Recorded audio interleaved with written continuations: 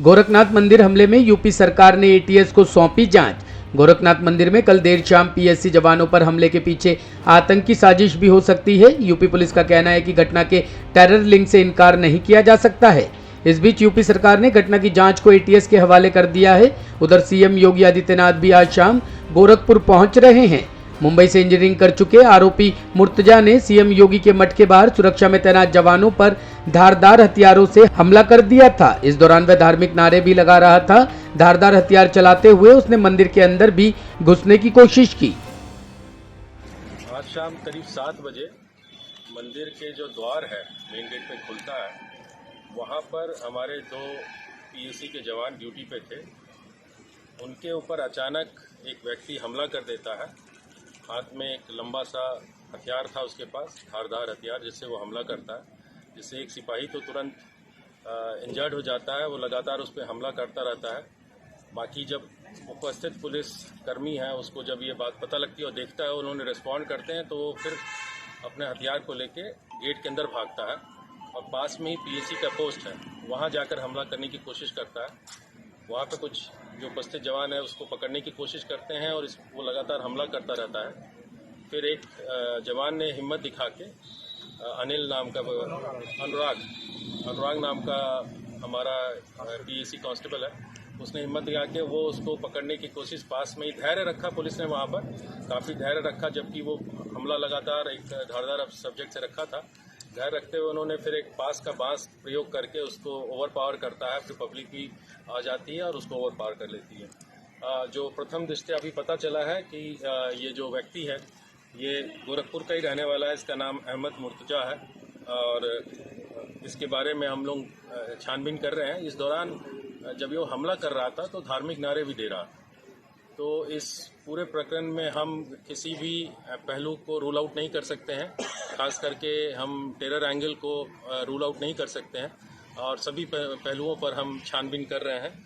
2 हमारे जवान गंभीर रूप से घायल हुए थे, गोपाल गौड़ और अनिल पासवान।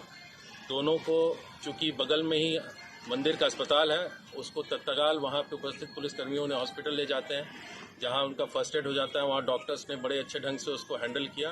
काफ़ी ब्लड लॉस हो रहा था, उसको उन्होंने टाइमली ट्रीटमेंट दी, जिससे वो स्टेबल हुए और स्टेबल होने के बाद उनको बीआरडी मेडिकल कॉलेज भेज दिया गया है, जहाँ उनके अग्रिम इलाज चल रही है। जो ये व्यक्ति है, गिरफ्तारी के दौरान इसको भी इंजरी आ गई है। इसका वर्तमान में इलाज चल रहा है सदर अस्पताल में और हमारी टीम जैसे ही इससे इलाज पूरा होता है फिर इसको हिरासत में लेकर अमित शाह बोले, मैं गुस्सा नहीं होता, बस आवाज ऊंची है, लेकिन कश्मीर का सवाल आता है तो हो जाता हूं। केंद्रीय गृह मंत्री अमित शाह ने आज लोकसभा में तृणमूल कांग्रेस सांसद सुदीप बंदोपाध्याय की एक टिप्पणी पर कहा कि वह कभी किसी को नहीं डांटते और ना ही गुस्सा होते हैं, लेकिन कश्मीर का सवाल आता है तो गुस्सा आ जाता है। सदन में दंड प्रक्रिया विधेयक 2022 को लेकर चर्चा और पारित करने के लिए रखते हुए शाह ने कहा कि सरकार प्रधानमंत्री नरेंद्र मोदी के नेतृत्व में एक मॉडल कारागार मैनुअल बना रही है, जिसे राज्यों को भी भेजा जाएगा। तो इसका भी मैं दादा ने जो कहा इसको मैं बताऊंगा, इसके कुछ डायमेंशन भी सदन के सामने रखूंगा। मैं एडवांस में आश्वस्त करने के लिए कह रहा हूं। नहीं, मैं कभी किसी को नहीं डांटता हूं। मेरी आवाज जरा ऊंचा है, मेरी मैन्युफैक्चरिंग डिफेक्ट है। मैं कभी किसी को ना, मैं गुस्से होता हूं। कभी कश्मीर का सवाल आता है तो हो जाता हूं, बाकी गुस्से नहीं होता। तो माननीय अध्यक्ष जी, अतः मेरा सभी सदन के पक्ष विपक्ष सभी सदस्यों से अनुरोध है, इसको एक अलग दृष्टिकोण से देखा जाए। इसके पीछे सरकार की मंशा कानून को और ज्यादा मजबूती के साथ प्रस्तापित करने के अलावा कुछ नहीं है। जो दोषी है इनकी दोष सिद्धि कर उनको समाज के अंदर से अलग कर उनको भी सुधरने की एक मौका देने के अलावा कुछ नहीं है। और आगे पर यहाँ देश के अंदर आंतरिक सुरक्षा और लॉ एंड ऑर्डर मजबूत हो, यही हमारी मंशा है। धन्यवाद। श्री मनीष तिवारी जी। हरियाणा कांग्रेस के पूर्व अध्यक्ष अशोक तंवर आम आदमी पार्टी में शामिल। हरियाणा में आम आदमी पार्टी को बड़ी सफलता मिली है। तृणमूल कांग्रेस की हरियाणा इकाई के नेता रहे अशोक तंवर आज आम आदमी पार्टी में शामिल हो गए हैं। इससे पहले वे कांग्रेस की हरियाणा इकाई के अध्यक्ष थे। आप में शामिल होने के बाद अशोक तंवर ने कहा कि जनप्रिय नेता अरविंद केजरीवाल के कुशल नेतृत्व में जनहित में किए गए कार्यों ने मुझे आम आदमी पार्टी में शामिल होने के लिए प्रेरित किया है। बीते साल नवंबर में ही अशोक तंवर ने पश्चिम बंगाल की सीएम ममता बनर्जी की अगुवाई वाली टीएमसी में शामिल हुए थे।